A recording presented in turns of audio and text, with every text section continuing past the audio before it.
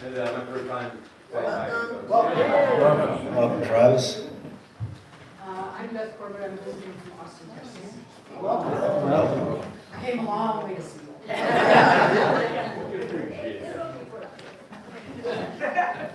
Okay, anybody over on this side? Anybody just wants to stand up and say hello? Come on. Hi. There you are. Well, thank you for coming. We'd love to get to know you a whole lot better. So if your schedule permits, please join us for our coffee hour directly after the service. Members from our folks, I should say, from our membership committee, chaired by Michelle Wiseman, wearing orange name tags, will be available to answer any questions that you might have. Okay, a couple of announcements. Mark your calendars for Sunday, September 7th. Our Sunday speaker will be environmental educator and well-known author Mallory McDuff from Warren Wilson. And there'll be more details in the current. She's written these 2 books, which I'll place in the portico directly after the service. So feel free to take a look at these, and we hope to see you on Sunday. Now the big one. We need a chair for the stewardship committee. And raise your hands, those that want to volunteer, please. How about co-chair? Could you explain what that is? Yeah, the big thing here is we've, as a board, we've decided to go with the auction and the yard sale every other year, so it's a fundraiser. And so the big thing is the canvas drive, which pulls in a lot of money for us, which we need. And so that's the major thing behind stewardship. You'll also be working with the membership committee, as I understand it, through member orientation, what have you, but you get a lot of help in respect to that. But the main thing is just getting involved in the canvas drive, and you can co-chair that with some of the folks that are like Carol Black. She's our liaison. So if you have any additional questions, you can certainly ask her. But it's not a major situation. It's not a major role, but it's a very important role. So I'm looking for volunteers. Anybody, please. I'll say it one more time. Going once. Okay, we'll think about it. Okay. All right. Now, for those of you who are comfortable participating, we end this part of the service with our land acknowledgement, which is located in the back of your order of service. And if you're ready, we acknowledge with respect that this land is the sacred ancestral home of the Cherokee and of other Native peoples who survived and continue to make their home here. We deeply regret the genocide and broken treaties by which their land was stolen and from which we all benefit. We support the Cherokee as they seek redress for these injuries. We also acknowledge that this country was built on the stolen labor and denied ownership of land to enslaved Africans who continue to experience oppression, economic injustice, and generational trauma.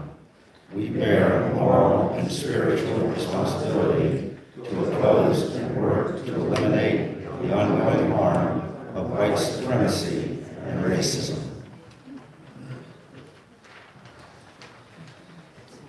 Let's begin our service.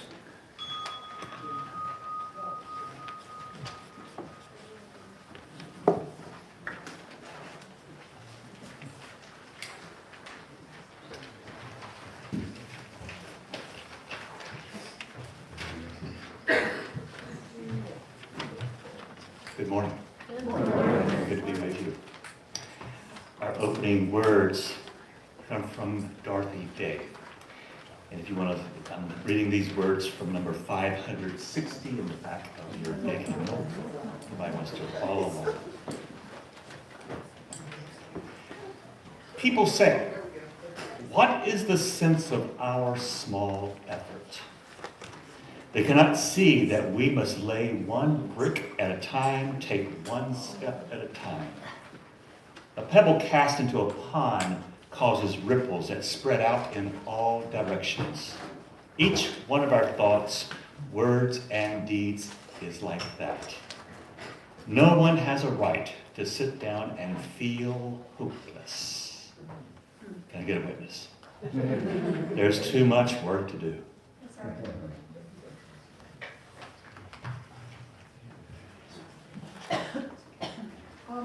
going to be hymn number 95. And so please rise as you're willing and able.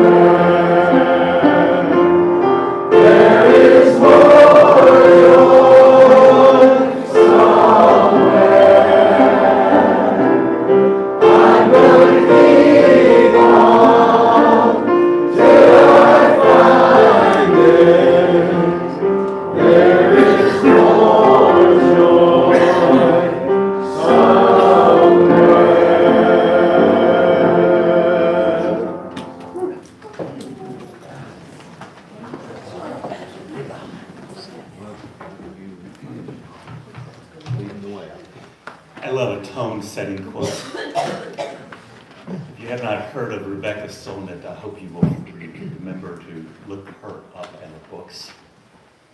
She writes, "Hope is not a lottery, not a lottery ticket that you can sit down on the sofa with and clutch feeling lucky. It's an axe that you break down doors with in an emergency. Hope should shove you out the door because it will take everything you have to steer the future away from endless wars, from the annihilation of the earth's treasures, and the grinding down of the poor and the marginal. To hope is to give yourself a future. And that commitment to the future is what makes the present inhabitable."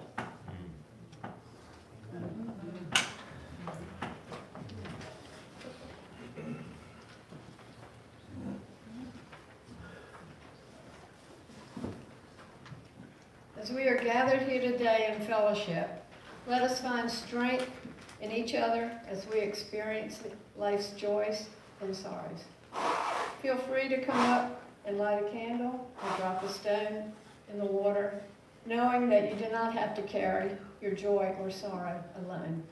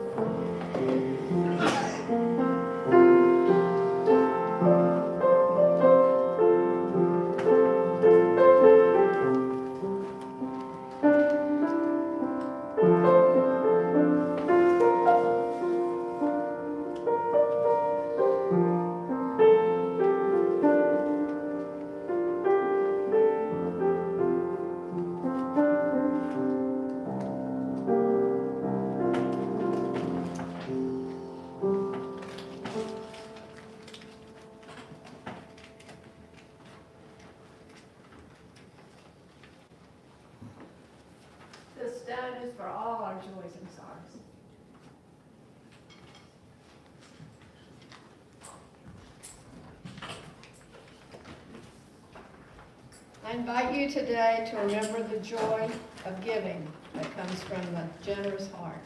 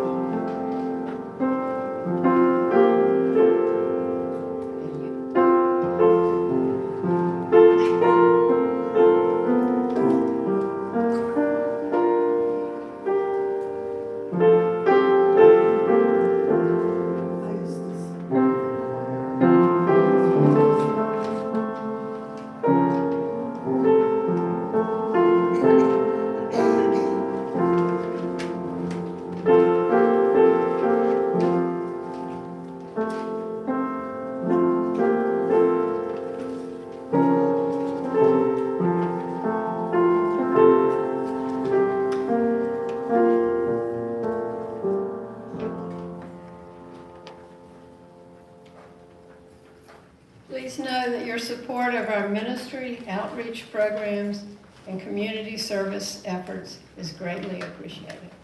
Thank you.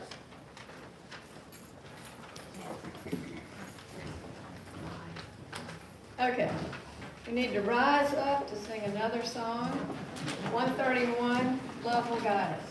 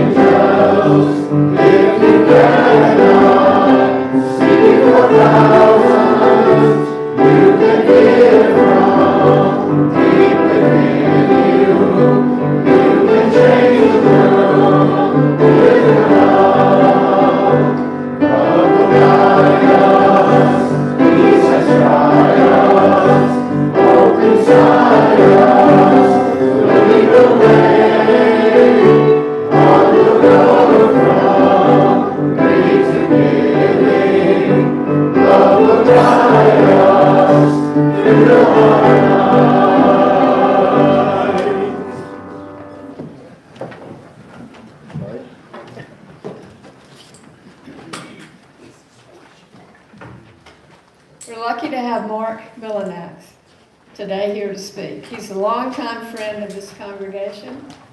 He is not only a scholar in Taoism and in J.R.R. Tolkien studies, he is also a house host at the Biltmore Estate and an avid cyclist.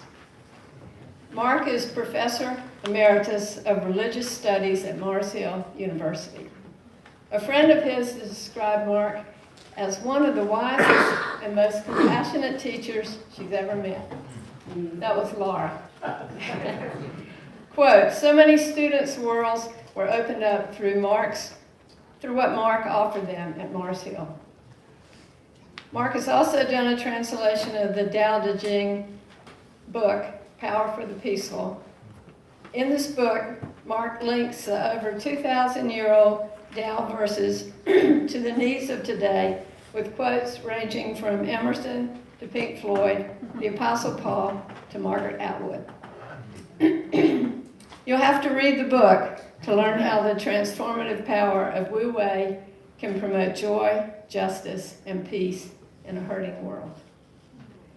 Marc has just begun a new podcast the Technicolor Dreamcoat of Religion, or How Religion Gets Made, which he can share with you after the service. Finally, Mark has found that his study of the Tao has taught him how to be a misfit, or as a friend of his said, a holy troublemaker. Can't wait to hear what you got to say.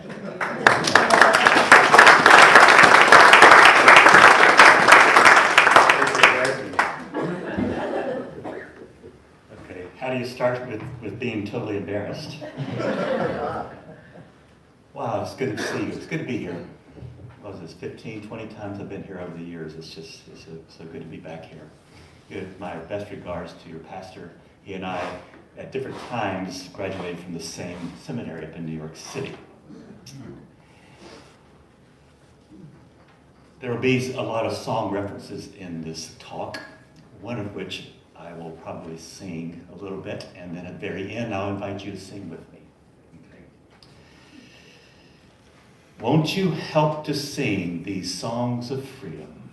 Because all I ever have are redemption songs, redemption songs, redemption songs from Bob Marley, or Saint Bob Marley. It's wondrous again to be with you. Thanks again. This talk is a version of a paper Etta gave at a recent J.R.R. Tolkien conference in May. If you're a Tolkienista, like I am, you may hear echoes of Tolkien. My hope for today is that we might shed some light on the ways that deep hope works. This is not my first rodeo with you on hope. Just call me this hopeless lover of hope. The Beatles sang, all you need to listen is love. Some Christians will sing that faith is the most important, essential to become Christian in the first place. And then there's folks like I who hazard in public today that a season of hope is required to survive these hard, dark times. Hope is the light that is there when all other lights go out, even if our hope is just one sputtering candle in the wind. Hope's resilient light is ever present, but never twice the same. My purpose this morning is to encourage us to play our cards of hope more consciously in these times of despair. Why? One simple reason. We have resources that our world needs. Two kinds of hope, cheap and deep. I'll be speaking about the deep kind, and we all know about the cheap kind that treats hope like a rabbit's foot or a good luck charm, and says a little more than this. I hope we have ice cream for dessert tonight, or I hope it doesn't rain on our picnic today. Cheap hope is naive optimism, wishful thinking. Cheap hope, throwing pennies into the wishing well. Nothing's lost if your hopes don't pan out. If you don't get the ice cream tonight, no big deal, right? Deep hope, though, is no conjurer of cheap wishful thinking. It's not even a passive waiting, but cultivated, curated. Deepest hope is the practicing of carving and curving that arc of the universe that calls for extreme and daring hope. Because, my friends, extreme and daring hope is what we need today. Hope is like expecting when you're sitting at that train trestle out there in Black Mountain. Hope is knowing that there's going to be a caboose at the end, but you don't see it yet. But you know it's coming. That's how I think certain hope can be. Deep hope refers us to, prepares us for a future that is on the way. The ingredients for this recipe of hope? Courage. Intergenerational courage and confidence. Untold measures of expectation. Soulful anticipation. A practice of telling the truth. Keeping promises. Sharing love. And persistent persistence. All baked into a community dish that we can all dig into today.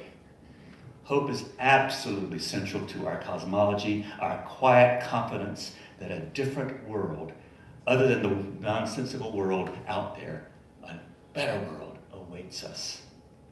The hope we need is a cultivated understanding of obligation in the present. As Gandalf put it, a deciding what to do with the time that's given us. Fellow hopers, we shall be hard put to it. We must be as stalwart as Martin Luther King Jr., as patient as Job, articulate as Obama, poetic as Angelou, and prepared as a scout. Hope, practice in senseless times makes the most sense.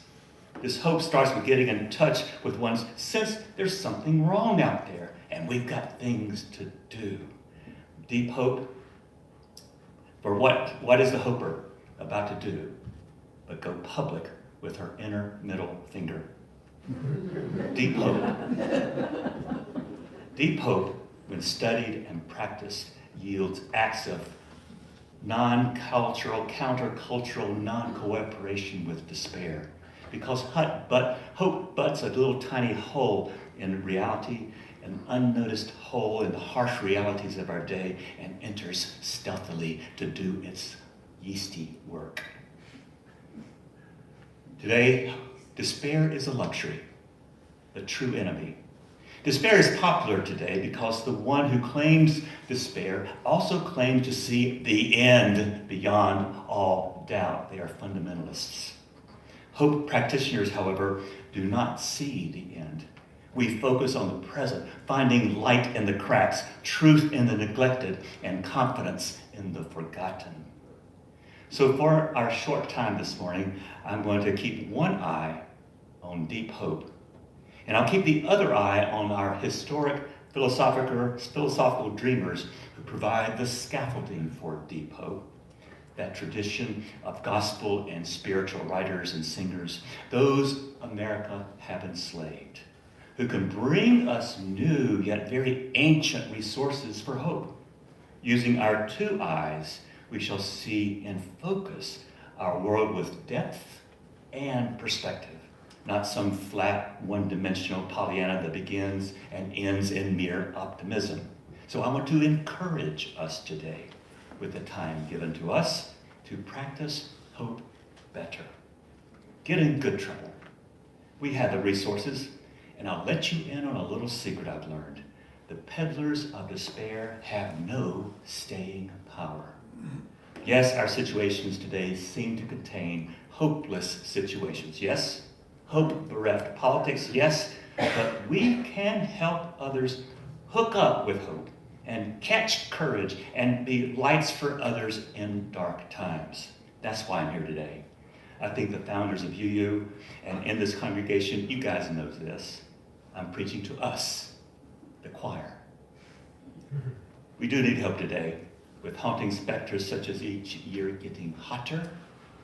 Pandemics still loom, especially with a Mr. Kennedy in charge of making America healthy again. The Doomsday Clock is now set to 89 seconds before midnight, the closest it's ever been in history.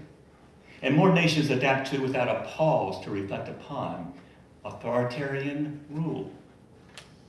And most telling, our young people today struggle to see futures worth planning for. They're debt-ridden, not seeing much hope in the circumstances of their lives, and so fewer and fewer are deciding not to bring children into the world, which to me is a barometer of hope today.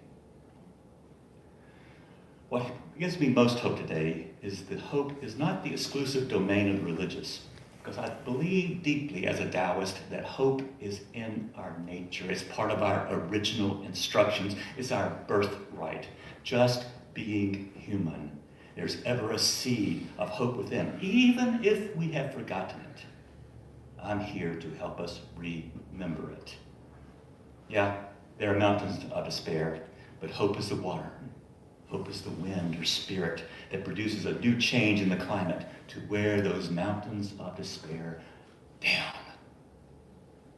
Howard Zinn said to be hopeful in bad times is not just foolishly romantic. It's based on the fact that human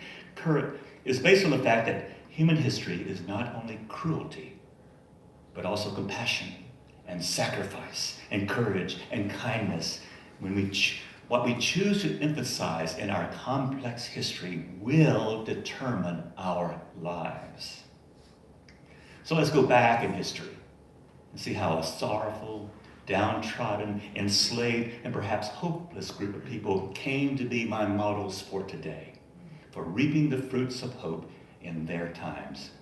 I imagine enslaved blacks before our Civil War, living as kidnapped and criminalized strangers in a land of unknown menace, ever at risk for death and separation and wanton cruelty. And so walking home at night after a punishing day of work in the fields, let's imagine one of them looking up at the star-spangled sky, realizing in a life-changing moment that the same stars burn just as brightly on their African homes. And then she or he breaks into some soft ancestral chant. Others also look up. They listen. They join in. And far above our chanter, the everlasting stars twinkle out their patterned messages that hope ain't dead, that there is light and beauty stronger than, more outlasting than, and more powerful than any temporary condition. And I imagine that the beauty of these stars smote their hearts as hope began growing within them again. Imagine how their hearts were pierced that human-made slavery was only a small and passing thing. There is light and high beauty forever beyond the reach of the unjust conditions and cruel masters. That light and beauty forever are the birthright of every single iota of creation. The white masters had taught them a cheap hope and a cheap religion, with cheap religious songs, to encourage the enslaved to lower their expectations and transfer all their hope to the next world and become adjusted, no, satisfied with their diminished, unjust lives. But the hope of the awakened enslaved ones, they took their chance, they added their ancestral memories of Africa, and they married them to their tough times to create a brand new genre of music that infiltrates us still, and much of American history and music besides. So after their white Sunday church, the enslaved would often repair to their so-called praise houses, their brush arbor meetings, their drumming circles to create their 2.0 versions of better songs, sorrow songs, signal songs, hope songs, work songs, and call and response songs that created within them new lenses by which to see the hope to which they are called. One lens to see their situation aright. The other lens to see themselves as the history-bearing people to change their paradigm and turn the despair like mud into pottery, into something not just beautiful, but life-changing, useful. Their songs over the years got repeated, and there's nothing like repetition to start a brand new reality. Repeat something over and over, whether it's an outright lie from the government to the I am God's child, and a new reality grows. Their hopeful songs of freedom are the intentional crafting of a new reality, the anticipation of another future, even with their backs against the wall. W.E.B. Du Bois wrote, "This Negro folk song, the rhythmic cry of the slave, stands today not just simply as a soul American music, but as the most beautiful expression of human experience born this side of the seas. It has been neglected. It has been and is half despised. And above all, it's been persistently mistaken and misunderstood. But notwithstanding, it still remains as the singular spiritual heritage of the nation and the greatest gift of the Negro people. Sorrow songs are nothing less than life-affirming liturgies to face down horror and death. They reflect how deep the human spirit can go and should go in taking their environment of hopelessness and intentionally pairing it with freedom songs sung throughout the day and the week that reiterated over and over repetition. Hope. Hope remains. Hope is not dope, but a rope to bridge the chasms of injustice with future aligned with your birthright. These songs gave the enslaved ones a critique and a description of their environment, and pairing this critique with unlikely but revolutionary desires for hope in a seemingly hopeless world. Hope anyway. Hope nevertheless. These are not just religious songs, oh no. For it's strange, it's wonderful what happens when you're backed up against the wall and all you got are your songs of freedom. The enslaved really were the children of God, called upon, like Moses, to let God's people go. Go down, Moses, way down in Egypt's land. Tell old Pharaoh to let my people go. Please understand this. These freedom songs are the connective historical tissue between the slaves of Egypt and the slaves of America. This Exodus story is a theological claim that God hears the cries of the oppressed and acts in history to liberate. Enslaved people through song joined in an ancient story that saw God as liberator. And little by little, repetition by repetition, the terror regimes of slavery proved unable to be lasting chains upon their imaginations. In his seminal work, Narrative of the Life of Frederick Douglass, an American Slave, in 1845, this abolitionist proclaims, the freedom songs were tones, loud, long, and deep. They breathed the prayer and complaint of souls boiling over with bitterest anguish. Every tone was a testament against slavery, connection with ancestors, and a prayer to God for deliverance from chains. These spirituals upheld a hopeful vision rooted in the narratives of deliverance. They're not abstract. They're affirmations that oppression and enslavement are not the final stages of the human spirit. Using the scripts of the Exodus story and the life of this brown guy named Jesus, spiritual reminders, they were spiritually reminded that God's stories of solidarity are with the oppressed, not with the oppressors. Our next song comes out of the high Jim Crow days. Swing low, sweet chariot, coming for to carry me home. I looked over Jordan, and what did I see? Coming for to carry me home. A band of angels coming after me, coming for to carry me home. At face value, that song seems to anticipate death. But there's always this double consciousness of meaning, the longing for heaven later and the hope of escape from slavery before heaven. Home is both the heavenly realm and the land of freedom. It's not either or. And that's what hope does. It connects the destroyed people of today with the restoring and restoring stories from yesterday for a future worth living. Practicing deep hope, the enslaved found new ways to hold themselves together. What the white power establishments called nobodies are now somebodies. You are created in God's image, they said. Your identity is not slavery, but God's child. Your dignity is as a child of God. It's not something that you're owned with. You're not some interchangeable part. Remember, not only are you on God's side, but also on the right side of history, because God is on our side. Immersed in the spirituals, the oppressed could finally imagine some real tearing down and the wrecking ball of the old slavery, putting up a new, solid world of freedom. Their hope was neither wishful thinking, nor was it cheap romanticizing, and not even naive optimism. And from them we may learn their high-stakes engagement with hope. For can we not identify with these lyrics?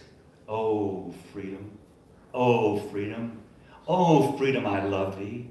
And before I'll be a slave, I'll be buried in my grave and go home to my Lord and be free.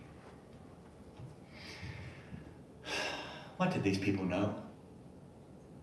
You create a future all the time by your thoughts. Repeat, you create the future all the time with your thoughts. You can go along and get along in your thoughts and continue this enslaved future, or you can recreate. You can take a sad song and make it better. You change your present perspective and the future turns out different. When you see yourselves in the same story as Daniel and Moses and Jesus, and you sing their freedom songs in the midst of enslavement, you can release a very contagious historical hope. And hope is as contagious as a yawn, I do believe. Consider this. Didn't my Lord deliver Daniel? Didn't my Lord deliver Daniel? Didn't my Lord deliver Daniel? And why not everyone? He delivered Daniel from the lion's den, Jonah from the belly of the whale, and the Hebrew children from the fiery furnace. And why not everyone? What same history are we in, 2025? What history are we neglecting but are still members of? Are not our days dark? Do not people settle for their chains and call themselves free? Some call ugly legislation a great, big, beautiful bill. And some believe it all the more they repeat it. You see the most insidious thing about bondage today? How easy it is to grow accustomed to the weight of the chains. Meanwhile, hope sees the invisible, feels the unimaginable, achieves the impossible. You see, here's the alchemy.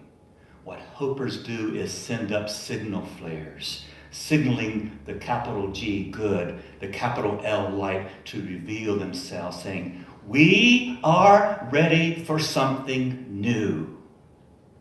And that's what hope is for, folks. Is there really all that much difference between the days of enslavement and the impending re-enslavement of us all? Can we not also reimagine and be Imagineers and harvest our own historic imagination at a time like this? The same stars shine above as before. We too are not what we are told that we are. Uncaring consumers, mindless interchangeable parts in an abstraction or an AI economy. Complicit co-conspirators with all the bombs we're dropping. We too can shine, empowered with and by the ancient stories of freedom that do not dim. Is it not better to live with hope than die in despair?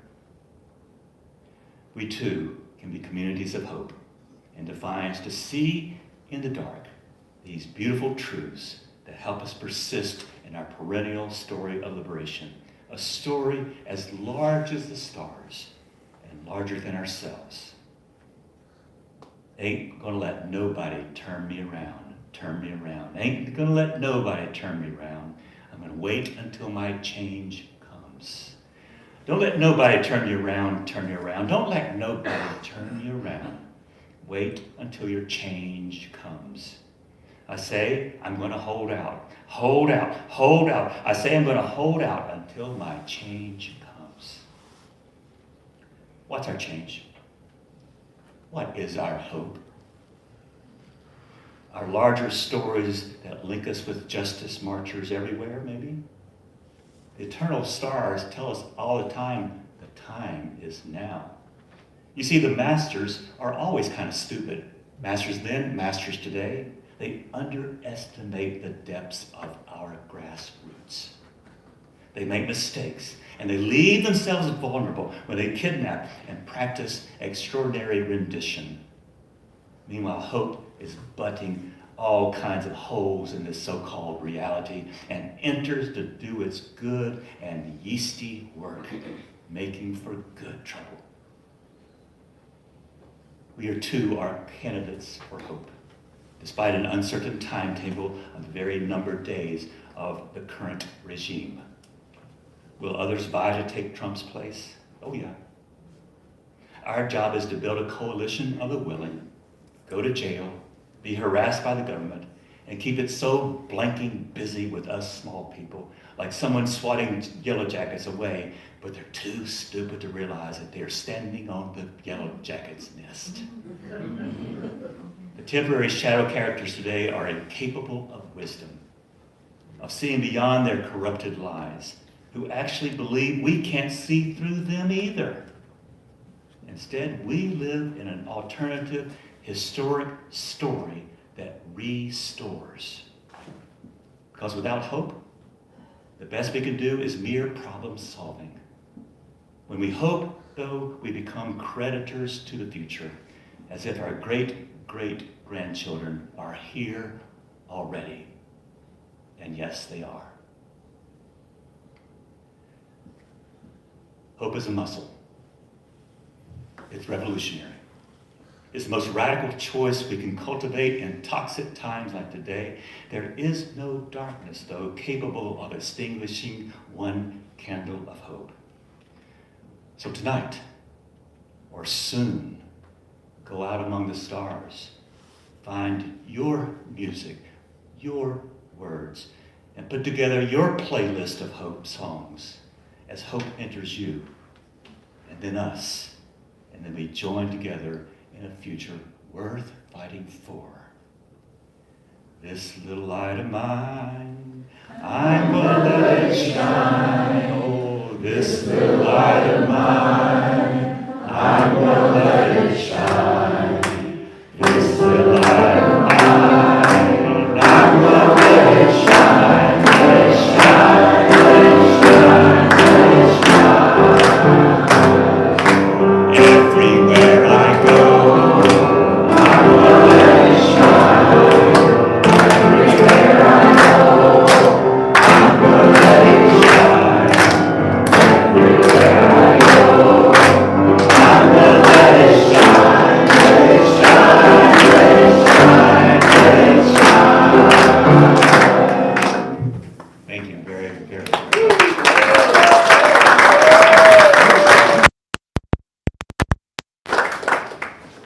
And before I sit down, I need to announce hymn number 346.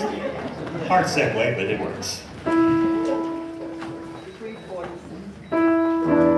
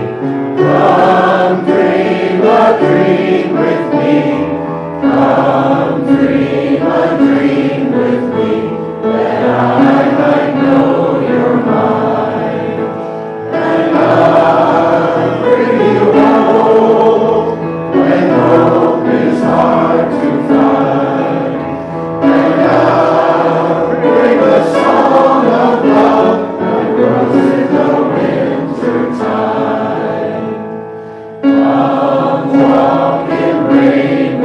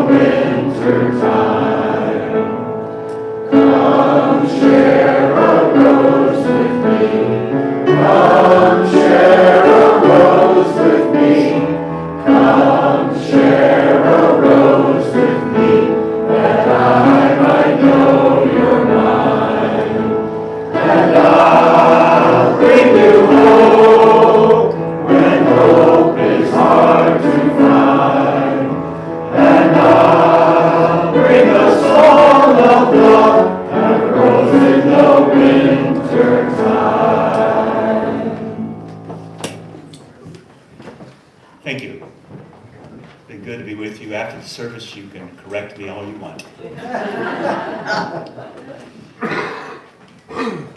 Hear this benediction, which in Latin means good words. Hope stands up to its knees in the past and keeps its eyes on the future.